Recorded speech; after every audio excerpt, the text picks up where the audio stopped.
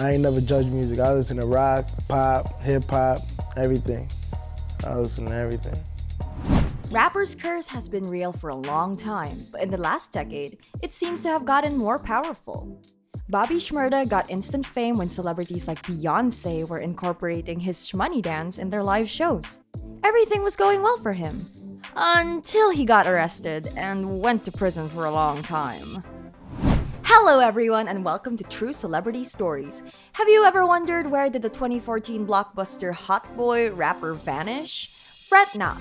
Today we will discuss what happened to Bobby SHMURDA and what has he been up to now.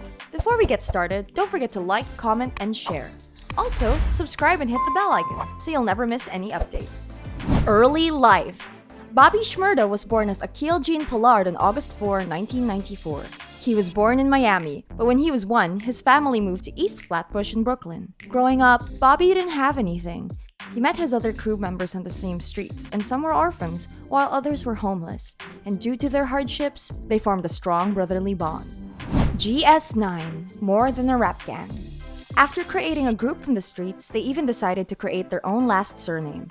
They added the letters SH to money and murder, hence, the result was Shmoney and SHMURDA. He changed his name to Bobby and made SHMURDA his last name. Everyone in his group got nicknames: Chewy, Rowdy, Monty, Rasha, A-Rod, Mitch, and Mishi. Soon, they wanted to give their collective a name and finally decided on GS9. This was to pay homage to their area, East Flatbush. While at first nothing looked shady about their name, for a long time the NYPD was reportedly looking for the gang that went by the same name. Bobby's viral fame made things incredibly easy for the NYPD. Before this, they weren't able to track their every activity, nor did they know the faces of the members. All that was known to the NYPD was the nicknames of some troubled kids from Brooklyn. Pretty soon, their names started appearing when police were investigating murders. Now, rappers are known to have rival gangs and brawls. Except for petty drug charges usually, nothing holds much substance against them in a case. GS9 wasn't like other rap gangs though. These weren't petty brawls made to instigate fights with rival rap gangs. Their charge sheet was much darker. While they were working on releasing their first music video, there was also a murder case that was being investigated on a parallel track. A young guy named Brian was shot in broad daylight in the same neighborhood, and the prime suspect was the GS9 gang. Police got onto them when Bobby released his Hot Boy video and took the names of all his friends. One name in particular caught the eye of the NYPD, which was Rasha.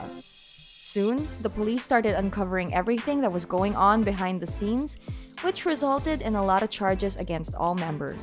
Viral fame. In 2014, Bobby was oblivious to the police tracking his every move and he was trying his luck on being the next big rapper. He did a remix of Crime Mob's Knuck If You Buck, but that didn't get much recognition. Then, he released his track Hot Boy on March 28, 2014, and it went viral. His shmoney move from the video became a big thing, and soon, every celebrity started hopping on their own version of it. Rihanna, Drake, T.I., Justin Bieber, Taylor Swift, and many more were doing it. Soon, Bobby burst into the scene and Epic Records signed him for $1.5 million. After signing him, they officially released Hot Boy as his first single. This resulted in his song peaking at number 6 on the Billboard chart and eventually became a certified platinum. They saw his potential and more than anything else, his authenticity, which made them choose him.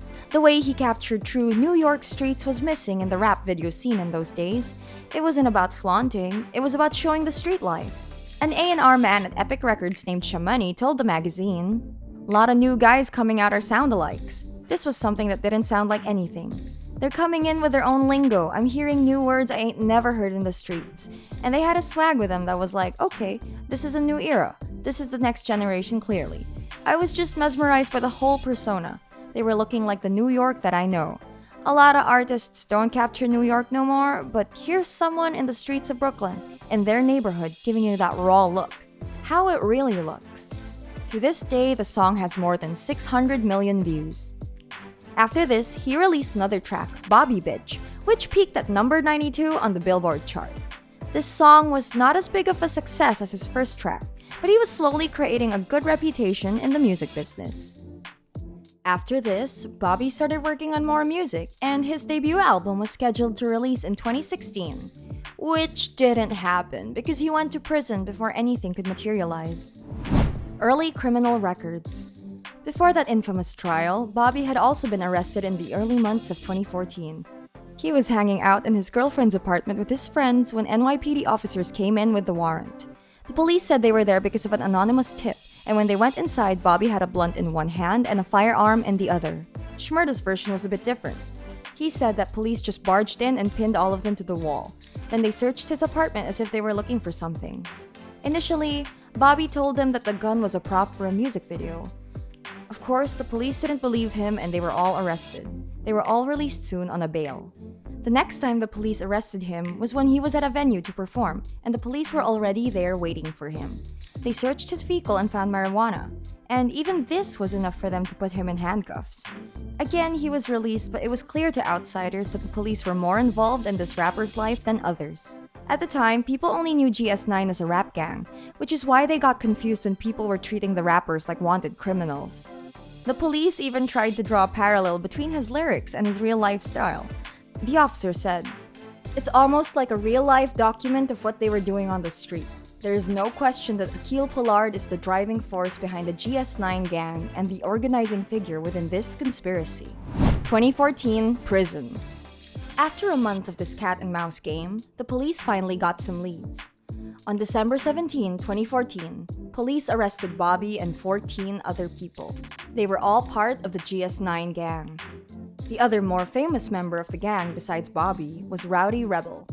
Police charged them with a variety of charges: conspiracy to commit murder, reckless endangerment, and drug and gun possession. Charges against the others included murder, attempted murder, assault, and drug dealing. This news came as a shock to his fans. Just at the time, he was being seen as a young 20-year-old from the streets of New York who made it big on the rap charts. Now, his crime sheets were telling a completely different story. In the news, he was being titled as the mastermind of the notorious criminal gang GS9. His trial was covered by every news outlet. With all the charges against him, he was looking at the sentence of 8 to 25 years into prison. During his jail time, he was again caught for being involved in a Bloods versus Crips fight. His girlfriend was also caught trying to smuggle a knife into the jail. They were both charged with 2 counts of promoting contraband, and this was in addition to 1 count of criminal possession of a weapon in the 4th degree, which could have resulted in an additional 7-year sentence. In 2016, he took the plea deal, which had him sentenced to 7 years.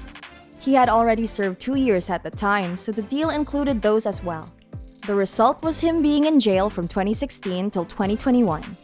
It was later revealed that he was given a much better deal, which would have increased the time of his crewmates, but he didn't take that. The witnesses that were present in the court said that his lawyer advised him to take the first plea deal, although he later tried to change it for the other, though the first one was already non-negotiable. When press asked Bobby about all the allegations against him, he said, "It's bullshit. That's why they always put conspiracies on you.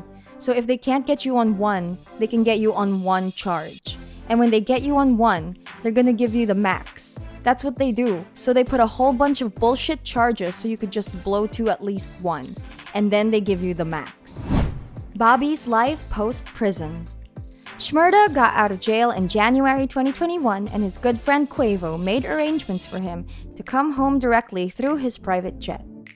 He now feels more optimism in his vision, which is a result of seeing so many harrowing stories in jail. "I used to sleep next to people who had 40 to life. People who've been in there for 30 years and haven't laughed. I'd have them crying all day. When you got good energy, no matter where you at, you can bring a smile to someone's face."